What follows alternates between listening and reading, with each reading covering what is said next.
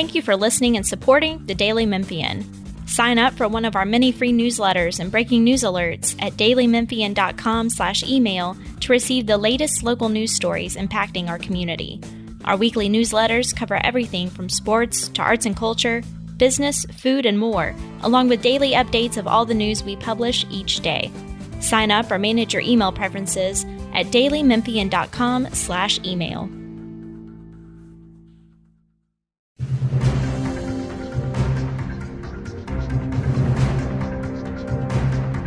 I'm Bill Drees, reporter for the Daily Memphian. Our guest is Tennessee House Speaker Cameron Sexton, and this is On the Record.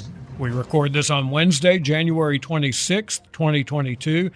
Mr. Speaker, the current legislative session is underway in Nashville with the State of the State address from Governor Bill Lee in 4 days. The legislature has certainly been busy ahead of that. Let's talk about redistricting in the House specifically. In the maps approved by the House Monday, I believe, Shelby County in Memphis loses a House district. That was expected by Democrats and Republicans. And the map shows Democratic incumbents London Lamar and Tory Harris drawn into the same district here in Memphis. What was the rationale behind that? Well, we have worked with every single member out there, and we have worked with the Democrat delegation in Shelby County. And the process that has been used for decades now for Shelby County, and they've done something unique, which is to use seniority of the House members to determine if they lose a seat, who would be paired together or not. And so when we're going through the process, it was important to us to maintain all the majority-minority districts in Shelby County, which we did.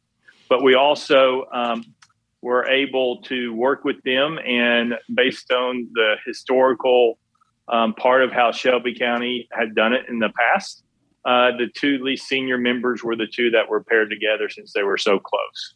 Okay, so this was a call that the Democrats from Memphis made in this. They had input. Yeah. So they had input.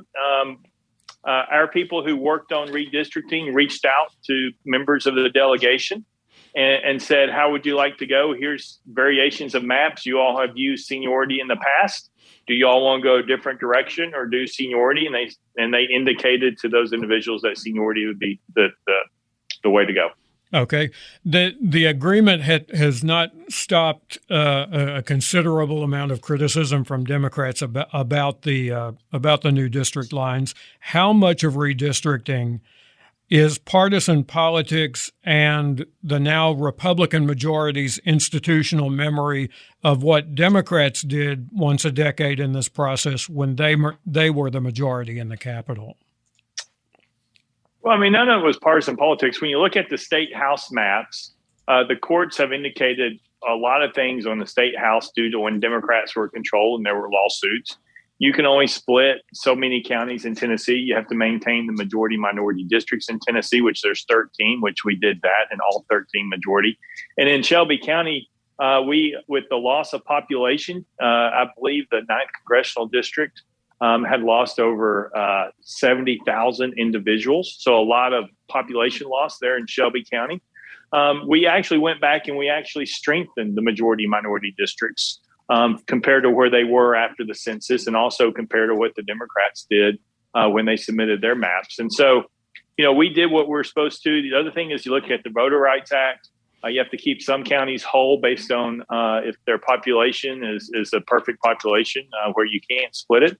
And so we feel very comfortable that the process worked. It was fair. We talked to every single member's district. They got to look at it. They got to see it. I'm sure there's Democrats who are happy with their districts, but they're not going to say anything because the state Democrat Party has threatened to kick them out of the Democrat Party if they say anything. So, should the percentage that Republican candidates get for statewide office in the elections, governor and the U.S. Senate, should that reflect the percentage of Republican representation in the 3 redistricting maps that the legislature draws and approves? Well, that's outside the realms of what the courts have looked at. Mainly, if you're looking at congressional, I mean, you have to look at the difference between a state house and state senate. In congressional, there's different criteria for whichever one you're drawing. But you have to look at the census. A lot of times, just because how you vote, the census may change of where you're at. West Tennessee lost over 120,000 individuals. And then up in Upper East Tennessee, they lost the same amount. The population was moving to Middle Tennessee. That may not be represented in how people vote, depending. There still may be more votes coming out one part or the other, which just means more people vote. But the redistricting is not really about voting. We never took into account anybody's race. It's really about the population. And in the state house, you have a variance, but every district has to be within a certain percentage of one another. Congressional, the rule is every congressional district has to be down to the single person. There is no variance. Okay. The ninth congressional district, as you discussed, is currently completely within Shelby County, with the 8th district taking in some of East Memphis and East Shelby County. In this plan, the 9th would take in more of the turf of the 8th district and would also represent what looks to be about half of Tipton County to the north. Now, originally, the first map that was presented showed all or most of Tipton County in the 9th Congressional District. Walk me through how that changed from one version to another. Well, people have input, and through the whole process, we've had people who've had input, whether it's the congressman in those maps. We never talked to anybody who was saying they're running for office. We talked to the congressman, or they talked to other people who have talked to us. But the problem that you have when you draw the congressional maps is every single congressional district has to be down to the same person. So if they're supposed to be, for example, this is not the actual number, but 762,243 people, every congressional district is supposed to have that exact amount. And so when we were looking at the 9th district and the 8th district, I think the 9th district picked up another 35,000 individuals in Shelby County, and then picked up about 35,000 people up in Tipton County. All right. So there's a good deal of discussion about what happened with the Nashville congressional district, and there's been plenty of writing on that out of Nashville on that specific topic. But generally, it raises a point of discussion. Which is the most effective representation? To have a big city as part of several congressional districts. Memphis was at one time represented as part of the 7th, 8th, and 9th districts. Or is it better to have a big city covered by one congressional district, which had been Congressman Cohen's stated preference here in Memphis for some time? Well, Shelby County can't have one person. The population is to where they have to have two congressmen. And so I always think that having more people represent you in an area is better. I think having Representative Kustoff and Representative Cohen, having a Republican and a Democrat, does more good for Shelby County and the city of Memphis and Washington than just having one. And I believe that. In Davidson County, I think potentially having 3 representatives is better than having one. Having more people fighting for you up there, the way Congress works, is you can only affect what committees you're on. And so if you have more people who represent you on more different committees, that's beneficial to you. You have more people talking to the president, more people talking to the House leadership. And I think it's more beneficial the more that you have. I think some people, I think they disagree with it. But if you looked at in Davidson County, not that this went into a factor or anything, we didn't look at this, but Representative Cooper has been identified as the least effective congressman in the United States.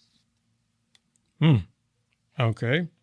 Let's move from redistricting to some other work of the legislature. The legislature had 3 special sessions last year. Should that be a regular thing for the legislature, or will it be? Well, special sessions are a little different because they're tightly structured based on what the call is, on what to look at. And, I don't think we want to be a year-round General Assembly. I don't think anybody wants that. And so, for the most part, we get the job done. Sometimes there's issues that pop up that we need to go back for. One of them was learning loss, with our scores being so low and 3rd and 4th grade reading and math levels being terrible. We also went back for COVID, And then we went back for the Ford mega site over Dill in West Tennessee. So, those special sessions are only for unique things. It's not meant to be another whole General Assembly. So I think we're going to continue with the way that we have been doing it. But if there's something that we need to take care of, we have the capability of making that call. The special session called on the different laws and proposals related to the pandemic, and the response to the pandemic has been criticized by some Republican legislators and a lot of Democratic legislators as unnecessary in hindsight. Do you share that view? No, I don't share that view. I don't think the majority of the Republicans share that view. I really don't think the parents in Shelby County kids are in the Germantown, Collierville, Cordova area, or even some in the city of Memphis area feel like it wasn't warranted. What you had an overreach of the federal government, overreach of independent health boards or department there in Shelby County, and an overreach of the school system imposing their will on parents against their consent for their children. We firmly believe that parents should be in charge of their child's health care decisions. And that's what we tried to pass, and that's what we did pass. I think most of our Republicans, if not all of them, agree with the approach that we went with based on how everybody voted. So were you satisfied with what came out of the special session, given the changes that were made to the original proposals, including the proposed mandate on businesses that was certainly changed some in the process? Well, as anything, when it goes through the legislative process, changes are made. People have different opinions. People bring other things to the table to talk about and have perspective. So, usually how things start, they don't usually end at that point. And so I think the process worked out. I think we have a great product to protect workers in Tennessee, protect also businesses in Tennessee when we passed COVID business liability not too long ago. And then in a special session, may I add, and then protect parents and protect the children in Tennessee. And so I think what we accomplished was very good, and I think it will continue to be good as we battle this pandemic. Mm-hmm. So several of the school systems across the state are seeking to go to remote classes in the Omicron variant wave that we've been experiencing. That is, if educators and elected school boards make those decisions, should the legislature try to intervene in that? Well, I think it depends on what that is. The Department of Education has the capability to approve some virtual schools for short period of times due to illnesses or other things. I think they have had requests sent in that they have approved for short-term virtual schools.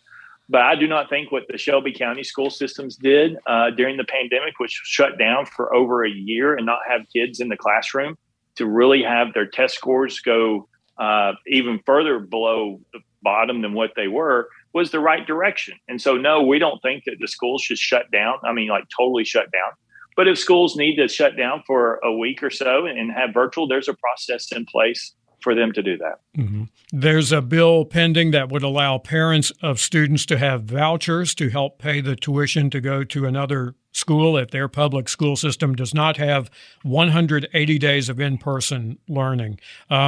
What are your thoughts on that? And what if there's a voucher issued under those terms and the school that gets the voucher ends up going to remote learning too? Well, I mean, I think what the real discussion is the harm that we did to the students when the school systems were closed and they weren't in school. You can't really teach a kindergarten virtually for the whole school year. That doesn't work. And for people to say that a kindergartner or first grader or second grader can sit there for 8 hours a day and do their work, I don't think they're being honest with people. So, no, I don't think virtual schools work year round for the benefit of the student. And for the parents not to have an option when Shelby County closed all their schools down, wouldn't open back up, force parents to keep them at home, maybe find childcare, maybe leave them at home, or have to take off from work, was not the right direction. And the parents had no recourse. So I think this allows parents the chance, if they disagree with that decision, where they want to send their kid to school because they feel like they're comfortable sending their kid to school, then they should have the opportunity. So if a school can't be open for 180 days, I think that I agree the parents should be able to take their money and go to another school that is open. But I also think part of that legislation talks about achievement school districts. And these are the bottom 5% school districts in the state. A lot of them are in Shelby County and Davison County, and there's a few outside those areas. But these are the bottom 5% that have been so bad that the locals in the state cannot turn those schools around. And what you're telling those kids and those parents is it's okay for those schools to continue to fail for decades, but it's okay because we're not going to allow you to have any out. And so once again, are we really truly about educating the kids and giving them the best education, allowing the parents to make those decisions for themselves? Or are we going to sentence those kids to a poor school year after year after year with no recourse? And so I think having some type of help for parents to make those decisions is the right way to go in some circumstances. And I believe those two circumstances are a right way to go. As we go through the pandemic and we look at what happens with education past the pandemic or past the current conditions that we're in, could these types of rules impact what happens going forward past the pandemic? I mean, they could. I mean, if you're looking at what the federal government's trying to do to businesses and to hospitals and to other places, they're trying to impose their will on them by withholding funding and other things if they don't do what they want.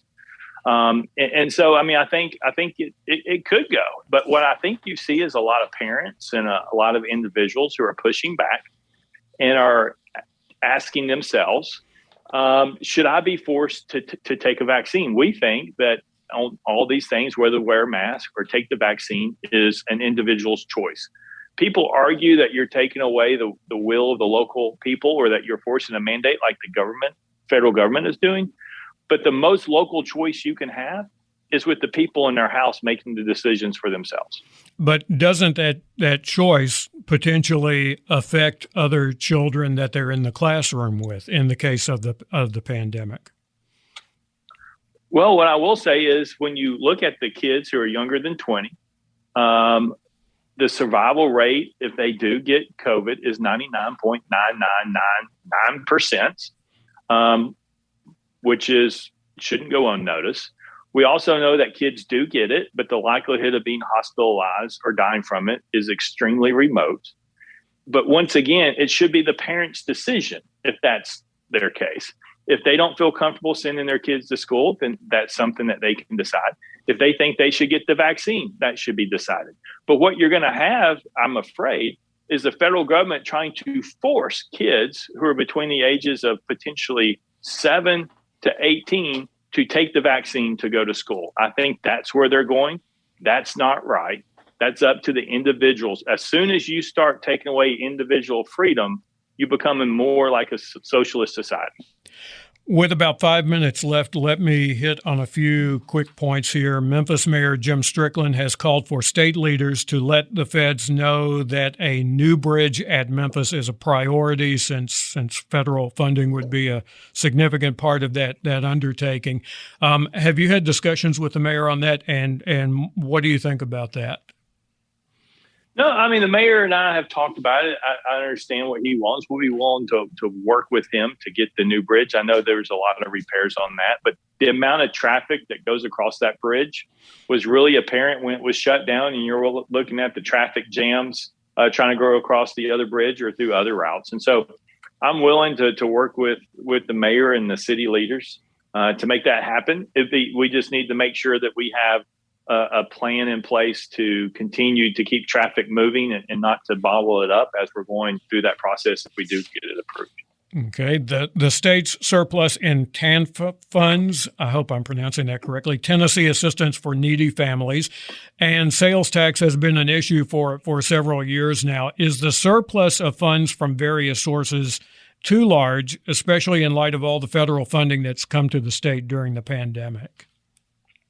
Well, I don't understand how you can have a surplus that's too large. What I will say is we have a surplus not because Tennessee's taxes are high. We're one of the lowest tax states in America. But our surplus is here because of our economic output that we're having within our state from businesses and people who are growing our economy every day. It's due to the people of Tennessee is why we have a surplus.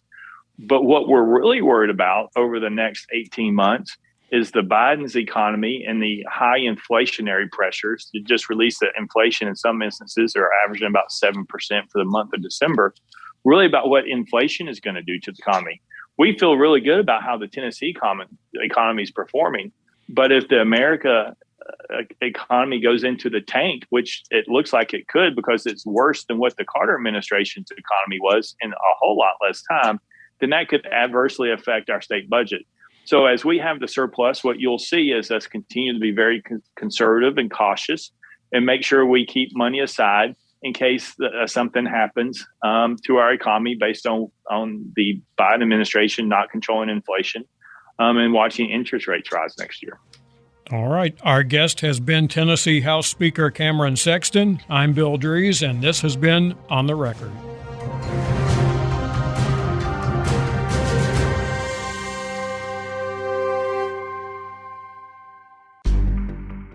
In-depth journalism in the Memphis community. The Daily Memphian is of Memphis, not just in Memphis, and seeks to tell the stories of this city. TheDailyMemphian.com. Truth in place.